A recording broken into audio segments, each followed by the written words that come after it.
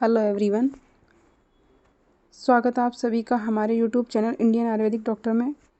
आज की क्लास का हमारा टॉपिक है यूटेरस फाइब्रॉइड यानी कि यूटेराइन फाइब्रॉइड। जनरल बात करते हैं हम तो फाइब्रॉइड, लोकल लैंग्वेज में फाइब्रॉइड क्या होता है। आपने गांव में सुना होगा गांठ जिसे बोलते हैं कि गर्भाशय में गांठ होना, तो वही होता है ये यूटेरस फाइब्रॉइड। फाइब्रॉइड मतलब गांठ-नुमा संरचना ही होती है एक, ठीक है। यह फाइब्रॉइड दो तरह का होता है, सर्विक्स में भी हो सकता है और यूटेरस में भी हो सकता है, ठीक है। तो सर्विक्स में होता है वो वाला फाइब्रॉइड किस तरह से होगा, क्या सिम्टम होंगे, और यूटेरस में होने वाले फाइब्रॉइड का क्या रीज़न है, किस तरह से वो होता है, क्या होता है, इस सब के बारे में हम पढ़ेंगे। तो शुरू करते हैं हम। यूटेरस फाइब्रॉइड इम्पोर्टेंट है। फाइब्रॉइड दो तरह से बनते हैं, एक तो यूट्रस में बनते हैं और एक बनते हैं सर्विक्स में। फाइब्रॉइड होता क्या है, यूट्रस का जो मांसपेशीय स्तर होता है यानी कि जो मायोमेट्रियम एंडोमेट्रियम जो होती है उन पर उत्पन्न एक अतिवृद्धि है यानी कि एक्स्ट्रा ग्रोथ है, जो कि मांस के सूत्रों से यानी कि मांस से बनी होती है, टिश्यू से बनी होती है, और इसलिए इसे मायोमा, फाइब्रोमायोमा या फाइब्रॉइड कहा जाता है। यानी यूट्रस का जो मांसपेशीय स्तर होता है उसके अंदर एक अतिवृद्धि उत्पन्न हो जाती है, ठीक है, जिससे पोषण मायोमेट्रियम एंडोमेट्रियम से ही मिलता है। और ये बना हुआ किससे होता है, फैट है और ये जो मांस है, टिश्यू है, इन सब से क्या होता है, ये मिलकर बना हुआ होता है। इसी को हम मायोमा कहते हैं, इसी को फाइब्रोमायोमा, क्योंकि फाइबर आदि से मिलकर बना हुआ होता है, और इसी को फाइब्रॉइड या गांठ कहा जाता है। ये होती क्यों है, ये होती है इसके निदान, यानी कि गर्भावस्था में रक्त का संवहन अधिक होने से। गर्भावस्था में एंडोमेट्रियम में क्या होता है कि ब्लड सर्कुलेशन ज़्यादा होता है, सीधी सी बात है, होगा ही वो तो गर्भ को पोषण देने के लिए, उसकी वजह से भी क्या होता है वहाँ पर फाइब्रॉइड की ग्रोथ हो जाती है। दूसरा है प्रजनन काल में एस्ट्रोजन का लेवल अधिक होने से। एस्ट्रोजन का लेवल अधिक होगा तो एंडोमेट्रियम की ग्रोथ क्या होगी, ज़्यादा होगी, जिससे वहाँ पर क्या होता है, ये फाइब्रॉइड उत्पन्न हो जाते हैं। तीसरा होता है इनफर्टिलिटी में, इनफर्टिलिटी के अंदर भी ये उत्पन्न हो सकते हैं, या फिर अगर किसी प्रकार कोई एंडोमेट्रियोसिस की हिस्ट्री है तो उस वुमेन के अंदर ये देखने को मिलते हैं, या फिर कोई जेनेटिक कारण हो सकता है कि पहले उसके फैमिली में फीमेल पेशेंट की फैमिली में किसी को रहा होगा, उसकी वजह से हो गया। यूट्रस सेल की ग्रोथ होने की वजह से, यानी कि मायो हाइपरप्लेजिया होने की वजह से, एडिनोमायोसिस की वजह से हो सकता है। एंडोमेट्रियम में कोई प्रकार कोई ट्यूमर है तो उस वजह से है। ओवेरियन ट्यूमर हो सकता है, ओवरी में किसी प्रकार का कोई ट्यूमर बन गया उसकी वजह से फाइब्रॉइड वहाँ बन सकता है, या फिर ट्यूबियो ओवेरियन मांस प्रेजेंट होने से, या फिर द्विसंगी यूट्रस होने से। होता क्या, इसके बारे में बाद में पढ़ेंगे, ठीक है। और यूटेराइन फाइब्रॉइड, यूटेराइन फाइब्रॉइड जो होते हैं वो मैक्सिमम प्रेजेंट होते हैं, जबकि सर्विक्स के अंदर जो फाइब्रॉइड होते हैं वो 1 से 2% प्रेजेंट होते हैं। जनरली यूट्रस फाइब्रॉइड ही प्रेजेंट होते हैं, मैक्सिमम देखने को मिलते हैं। उसके बाद पढ़ते हैं इन यूट्रस फाइब्रॉइड के टाइप कितने प्रकार के होते हैं। ये 3 प्रकार के होते हैं जनरली। पहला होता है इंट्राम्यूरल या फिर इंटरस्टेशियल, यानी कि मांसपेशीय स्तर पर। होता क्या है, यह फाइब्रॉइड यूट्रस की पोस्टीरियर वॉल पे उत्पन्न होते हैं। यूट्रस की जो वॉल होती है उसकी पोस्टीरियर वॉल पे क्या होते हैं, ये फाइब्रॉइड पाए जाते हैं।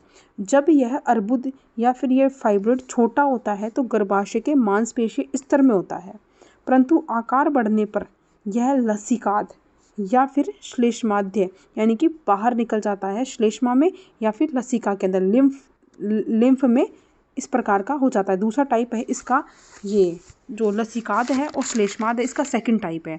और बेसिक टाइप होता है इंट्राम्यूरल, और सेकंड टाइप होता है सबसीरस, और तीसरा टाइप होता है इसका सबम्यूकस है। अगर पहले तो ये क्या होता है, अगर ये छोटा होता है तब तो ये इंट्राम्यूरल टाइप का होता है, लेकिन जैसे इसका आकार बढ़ता है तो ये सबसीरस और सबम्यूरल टाइप का, सबसीरस और सबम्यूकस टाइप का हो जाता है। एक बार पढ़ते हैं सबसीरस।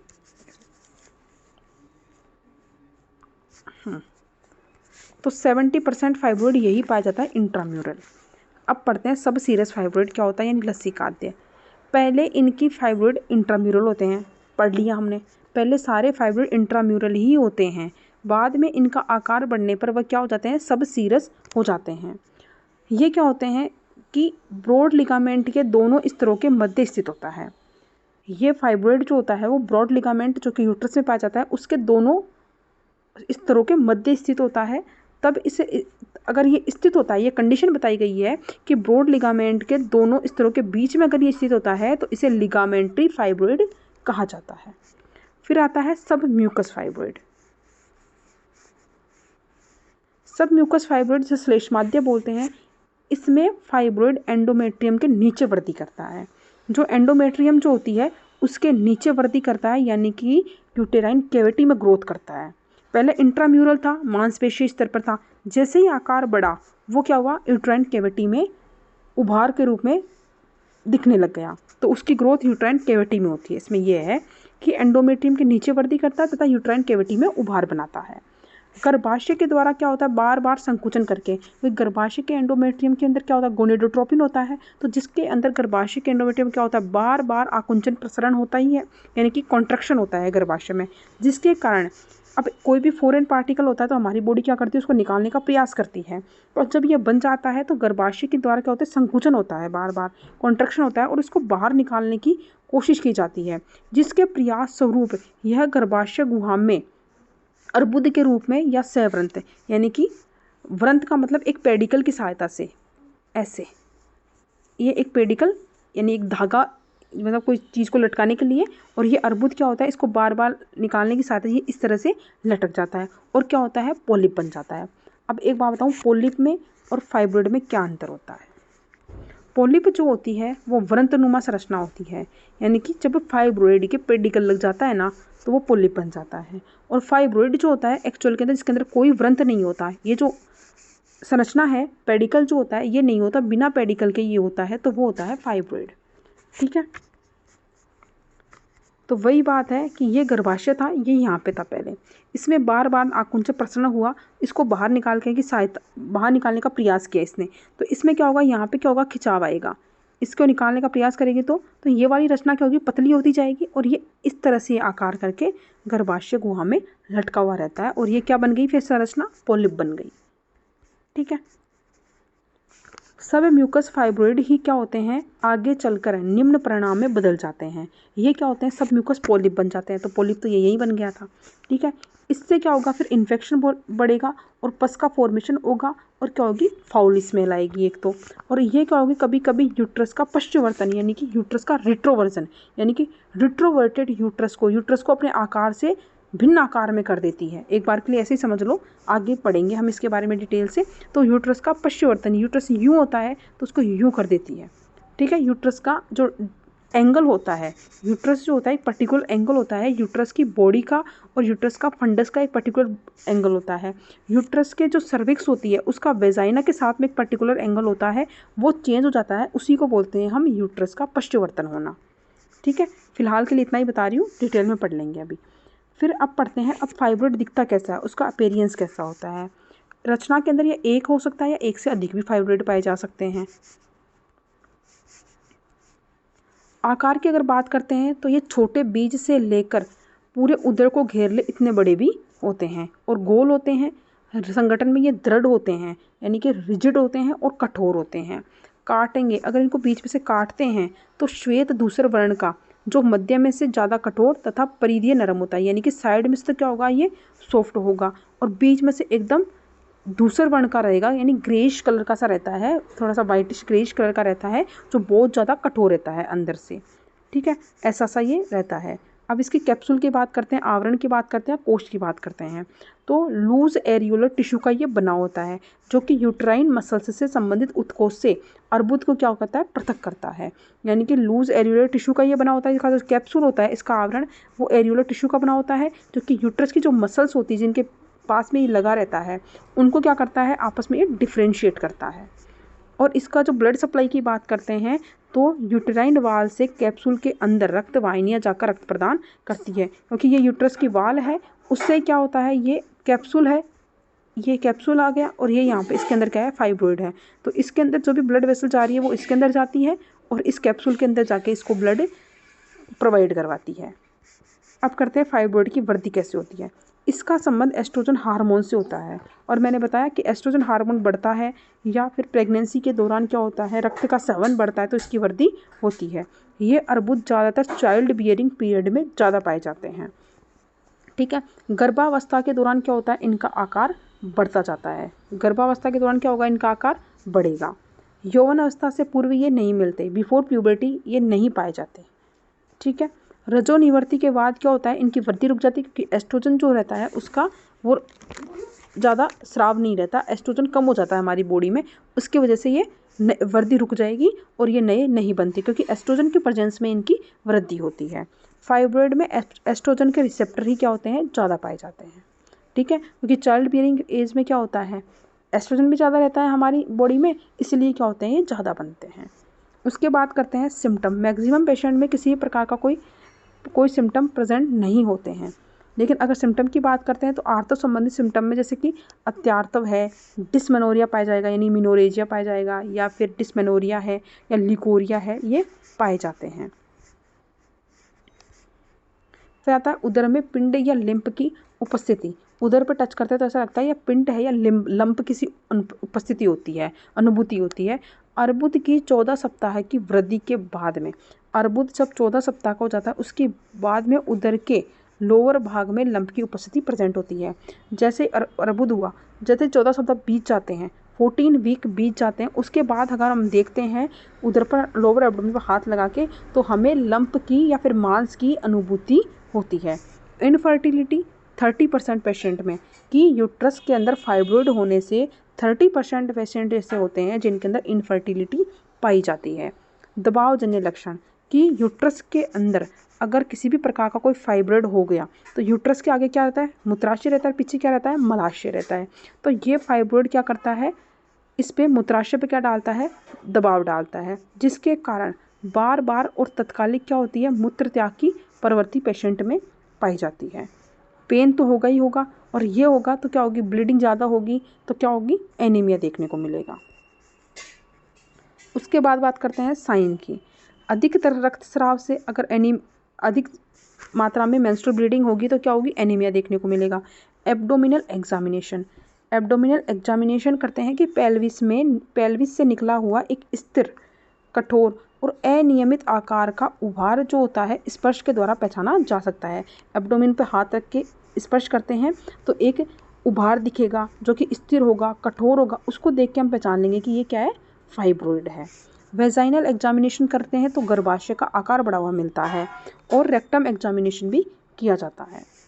इन्वेस्टिगेशन की बात करते हैं तो यूट्राइन साउंड के द्वारा, इन्वेस्टिगेशन की अगर बात करते हैं तो यूट्राइन साउंड को प्रवेश करवा के हमें इसका पता लगाया जा सकता है। ठीक है, क्यूरेटी के द्वारा, जो क्यूरेटरी होती है डीएनसी के लिए जो हम प्रयोग कर रहे थे, ब्लंट और शार्प 2 तरह की मैंने बताई थी, डेमो में ली थी वो मैंने, उसके द्वारा गर्भाशय के उभार का ज्ञान हो जाता है। हिस्टीरोग्राफी के द्वारा सब म्यूकस फाइब्रॉइड का ज्ञान हो जाता है, और जनरली यूएसजी एमआरआई के द्वारा भी पता लगाया जा सकता है। लेप्रोस्कोपी है, लेप्रोस्कोपी में जैसे कि इनफर्टिलिटी और पेल्विक पेन होने पर करवाई जाती है तो इसका पता लग जाता है। हिस्टीरोस्कोपी के द्वारा और यूट्राइन क्यूरेटेज के द्वारा भी पता लगा सकते हैं। अब करते हैं इसके ट्रीटमेंट की बात। ट्रीटमेंट 3 तरह से होता है। पहला होता है प्रिवेंटिव, दूसरा होता है प्रतीक्षा उपक्रम, अगर लक्षण नहीं है तो लक्षण होने की प्रतीक्षा करते हैं तो वो होता है प्रतीक्षा उपक्रम। तीसरा होता है सर्जरी, जो कि 2 तरह से की जाती है, योनि मार्ग से और उदर मार्ग से, यानी वेजाइनल रूट से और एब्डोमिनल रूट से। सबसे पहले बात करते हैं प्रिवेंटिव चिकित्सा की।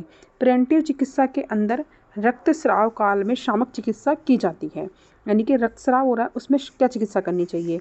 सबसे पहले यूट्राइन ब्लीडिंग को रोकना चाहिए, उससे बेड रेस्ट करवाना चाहिए, और अगर ब्लड ज़्यादा कम हो गया तो ब्लड का ट्रांसफ्यूजन करवाना चाहिए। उसके बाद आता है अंतरस्रावी चिकित्सा, यानी कि प्रोजेस्टेरोन थेरेपी या फिर एंड्रोजन थेरेपी दी जाती है, यानी कि ड्रग्स दी जाती है उससे, हार्मोनल ड्रग्स।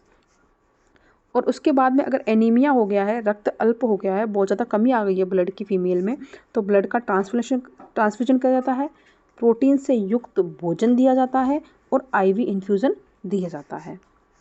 प्रतीक्षा उपक्रम, प्रतीक्षा उपक्रम होता है एक्सपेक्टेंट मैनेजमेंट, यानी कि लक्षण रहित अवस्था होने पर यह की जाती है। सीधी सी बात है, मैंने बताया था कि कुछ पेशेंट तो ऐसे होते हैं जिसमें सिम्टम प्रेजेंट नहीं होते हैं और बार बार उनका क्या कहता है परीक्षण किया जाता है और लक्षण जैसे उपस्थित होंगे हम तुरंत चिकित्सा कर देंगे। उसके बाद है सर्जरी। इसकी सर्जरी को बोलते हैं मायोमेक्टोमी। ठीक है, मायोमेक्टोमी। ठीक है, मायोमेक्टोमी आपका एक पर्टिकुलर टॉपिक भी है जो कि इसी के अंदर बताया गया है। इसी की सर्जरी मायोमेक्टोमी। पॉलिप की सर्जरी बोले, पॉलिप को भी क्या होती है मायोमेक्टोमी के द्वारा ही हटाया जाता है, फाइब्रोइड को भी मायोमेक्टोमी के द्वारा ही हटाया जाता है। तो दोनों की सर्जरी एक ही होती है, मायोमेक्टोमी से बोलते हैं जिसको। ठीक है, अब पढ़ते हैं सर्जरी। सिम्टम प्रेजेंट होने पर अर्बुद की उत्तम विधि होती है मायोमेक्टोमी। सबसे पहले इसके दो रूट होते हैं मायोमेक्टोमी के। पहला रूट पढ़ रहे हैं हम उदर मार्ग से। उदर मार्ग से दो चिकित्सा की जाती है इसकी, या तो मायोमेक्टोमी कर दो। मायोमेक्टोमी का मतलब है कि उस फाइब्रोइड या उस पोलिप को ही निकालना और कुछ नहीं निकालना है। दूसरा होता है हिस्टेक्टोटोमी। हिस्टेक्टोटोमी में ये है अर्बुद भी निकाल देंगे और साथ में उसका गर्भाशय भी, यानी कि अर्बुद के साथ में पूरा गर्भाशय बाहर निकाल दिया जाता है, तो वो होता है हिस्टेक्टोटोमी। इसमें यही बताया गया है कि गर्भाशय से फाइब्रोइड को काट कर अलग कर देते हैं, और हिस्टेक्टोटोमी में क्या करते हैं गर्भाशय को फाइब्रोइड के साथ काट कर अलग कर देते हैं, तो वो होती है हिस्टेक्टोटोमी। एक होती है टोटल हिस्टेक्टोटोमी, एक होती है सब टोटल। टोटल के अंदर तो ये होता है कि गर्भाशय भी हटा दिया, यूट्रस भी हटा दिया, फेलोपियन ट्यूब भी हटा दी, ओवरी भी हटा दी, सर्विक्स भी हटा दी, सब हटा दिया। एक होती है सब टोटल। सब टोटल में या तो यूट्रस हटा दो, है एक कोई भी चीज़ रख सकते हैं, यूट्रस हटा दिया, फेलोपियन ट्यूब नहीं हटाई, ओवरी नहीं हटाई और सर्विक्स नहीं हटाई, इन चीज़ों को रहने दिया जाता है, ओनली यूट्रस हटाया जाता है, तो वो होती है सब टोटल हिस्टेक्टोटोमी।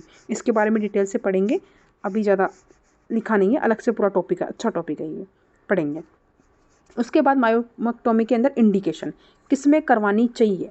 हिस्टेक्टोटोमी तो उनमें करवाएंगे जिनकी फैमिली कंप्लीट है, उनको आगे बच्चा नहीं चाहिए, तो उनके अंदर हिस्टेक्टोटोमी करवा दी जाती है, तो वो दिक्कत नहीं होती। लेकिन मायोमेक्टोमी उनमें करवाई जाती है जिनका परिवार पूर्ण नहीं है।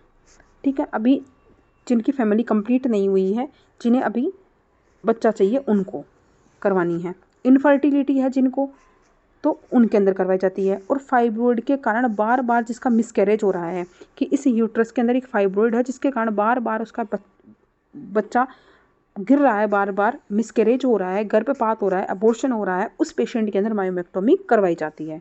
कॉन्ट्राइंडिकेशन किन में नहीं करवानी है और कब नहीं करवानी है मायोमेक्टोमी। आर्तव निवृत्ति के बाद, जैसे ही आर्तव खत्म हुआ है उस टाइम में मायोमेक्टोमी नहीं करवानी है। ठीक है, आर्तव निवृत्ति का मतलब ये होता है मीनोपॉज, सॉरी मैंने गलत बोला, मीनोपॉज।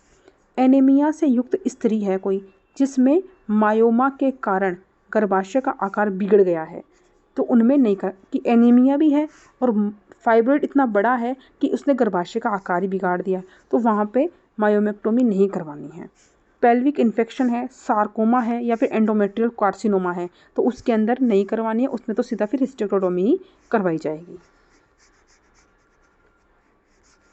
उसके बाद है, ये था हमारा एब्डोमिनल रूट से। अब पढ़ते हैं हम वेजाइनल रूट से। वेजाइनल रूट से शल्यक्रम के अंदर जो होते हैं वो होता है सब म्यूकस फाइब्रोइड या पोलिप को अलग करना, यानी कि योनि मार्ग से सब म्यूकस फाइब्रोइड पोलिप को निकाल दिया जाता है, यानी कि ट्विस्टेड करके निकाल दिया जाता है। इसकी एक विधि होती है कि एनेस्थीसिया दिया जाता है और उसके बाद में एक फोर्सेप्स होता है, उससे होल्ड किया जाता है उस पोलिप को और बार बार ट्विस्टेड किया जाता है, गोल गोल ट्विस्ट किया जाता है, जिसके कारण क्या होता है ये पोलिप जो होता है वो बाहर आ जाता है। ठीक है, तो वो पढ़ेंगे अभी। फिर आती है हिस्टेक्टोमी। हिस्टेक्टोटोमी में योनि मार्ग से गर्भाशय को निकाला जाता है। एक तो होता है हिस्टेक्टोटोमी एब्डोमिनल से भी की जाती है, एक योनि मार्ग से भी की जाती है। योनि मार्ग से तो योनि मार्ग के द्वारा गर्भाशय को हटाएंगे और एब्डोमिनल में एब्डोमिनल पे कट लगा के, इंसिजन लगा के हटाया जाता है। उसके बाद आती है विकिरण चिकित्सा, जिसे रेडियोथेरेपी ट्रीटमेंट बोलते हैं। किन में करवाते हैं, उनमें करवाते हैं जिनमें अर्बुद छोटा है, फाइब्रोइड छोटा है, केवल अत्यार्तवी लक्षण के रूप में, कोई लक्षण नहीं है, वो ये बोलेगी सिर्फ मेरे अंदर ओनली हैवी ब्लीडिंग होती है, उनके अंदर करवाते हैं। किन में नहीं करवाना है, अगर किसी फीमेल पेशेंट में सब म्यूकस फाइब्रोइड से पॉलिप बन गया है, सब म्यूकस फाइब्रोइड था उससे पॉलिप बन गया, ठीक है, पेडिकल युक्त पॉलिप बन गया, बताया था ना मैंने कैसे बनेगा वही।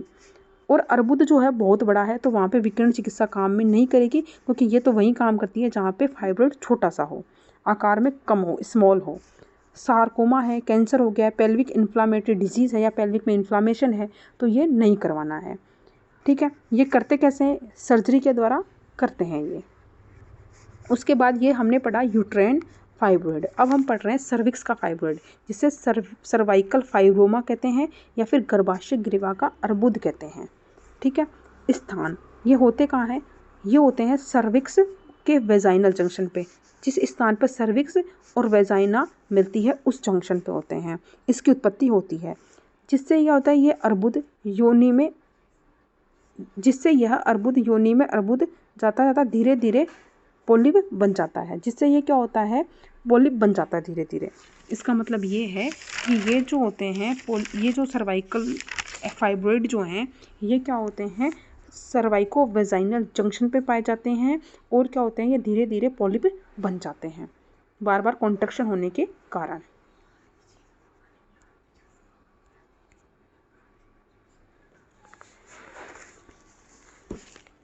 यदि यह वो एक बीच की लाइन है, एक सेकंड, इसको हटा देना, कोई मतलब नहीं है इस लाइन का। ठीक है, इनकी उत्पत्ति होती है और ये बाद में ये पॉलिप बन जाते हैं, इतना याद रखना।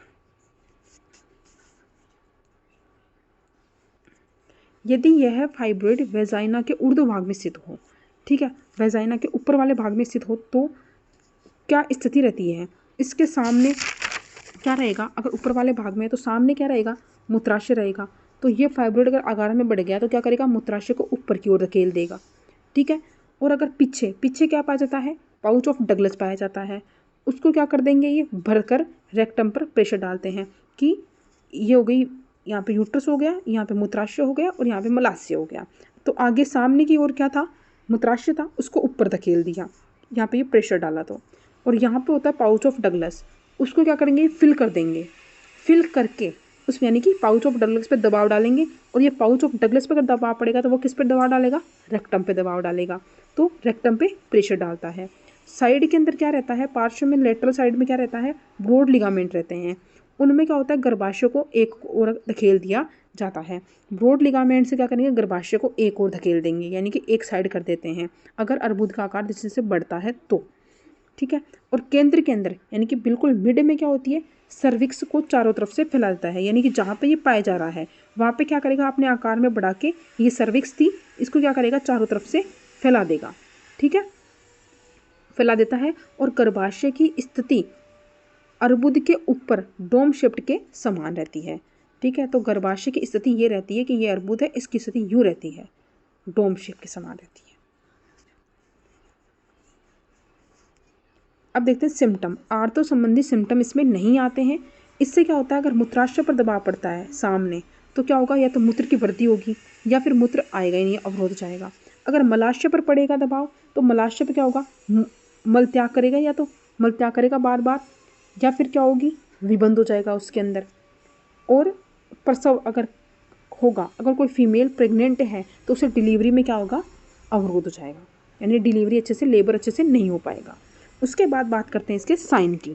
साइन की अगर बात करते हैं तो एब्डोमिनल एग्जामिनेशन पर, एब्डोमिनल एग्जामिनेशन अगर करते हैं तो यूट्रस है, फेलोपियन ट्यूब है, ओवरी है, इनको अलग से ओवरी के ऊपर अनुभव किए जाते हैं। यानी यूट्रस, फेलोपियन ट्यूब और ओवरी ये अलग से ऊपर से हमें फील किए जा सकते हैं, क्योंकि उनके ऊपर प्रेशर था तो ये अलग संरचनाएं दिखाई देती हैं।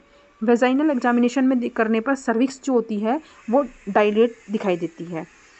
यूट्राइन साउंड के द्वारा, पर स्पेकुलम एग्जामिनेशन के द्वारा हम इसका, पर रेक्टम एग्जामिनेशन के द्वारा इसका एग्जामिनेशन कर सकते हैं। उसके बाद बात करते हैं इसके ट्रीटमेंट की।